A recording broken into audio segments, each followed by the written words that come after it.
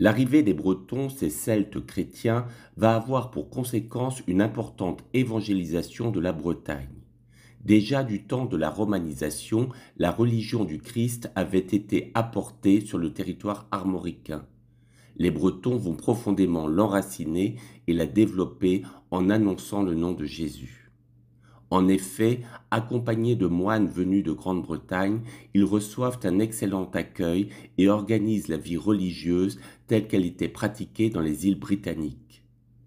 Hormis dans le sud-est breton, la vie religieuse s'organise sous l'autorité de monastères fondés par d'illustres saints bretons. L'on peut par exemple penser à Saint-Hugues-du-Hal ou Saint-Brieuc. Saint-Hugues-du-Hal fonde un monastère autour duquel se développe la ville de Tréguier et depuis lequel il administre tout le Trégor. Bien plus tard, le Trégor deviendra un diocèse. De nombreux moines bretons vivent en ermite dans les campagnes ou encore dans de petites îles. Ainsi, l'on peut penser à Saint-Maudé ou encore à Saint-Rion, vivant en ermite dans l'archipel de Bréhat. Ils se rendent régulièrement sur le continent où ils reçoivent un accueil chaleureux de la population. De très nombreux noms de communes en Bretagne tirent leur nom des saints bretons qui les ont fondées à cette époque, ou au moins gardent le souvenir de cette fondation. La Bretagne est couverte des chapelles et églises élevées là où vivaient ces saints évangélisateurs. Beaucoup sont également dédiés à la Vierge Marie, pour laquelle le peuple breton a une grande dévotion. La Mère de Dieu a d'ailleurs honoré la Bretagne en apparaissant en 1652 dans le hameau de Quérien à la Prénecey près de Loudéac en Côte d'Armor.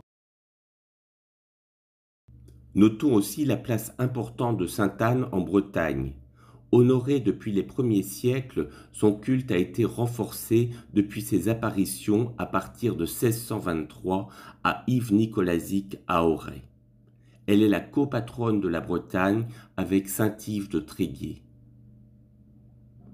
Les pardons bretons sont une spécificité bretonne, attachée à rendre un culte à ces saints évangélisateurs de la Bretagne qui annonçaient le règne de Dieu et opéraient des miracles.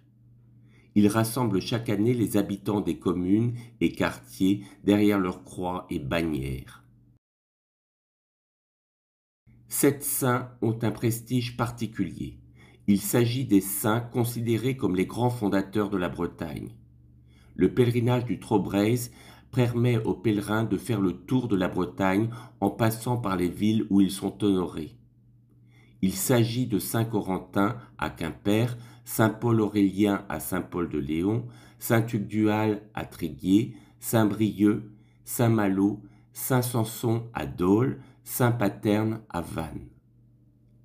Certains pèlerins particulièrement fervents font des détours afin d'honorer d'autres saints importants. Ainsi, avant d'arriver à Tréguier, des Bretons font un détour par Langoat pour vénérer Sainte Pompée, mère de Saint-Hugues-du-Hal. Les ducs de Bretagne seront fidèles à cette tradition. Anne de Bretagne, duchesse de Bretagne et reine de France, fera son tour de Bretagne accompagnée de sa cour avec une grande piété, acclamée sur tout son chemin par son peuple breton. Chaque année, des foules toujours plus nombreuses se lancent sur le chemin du Trobrez à la suite de ceux qui, venus d'outre-Manche, évangélisèrent et fondèrent la Bretagne.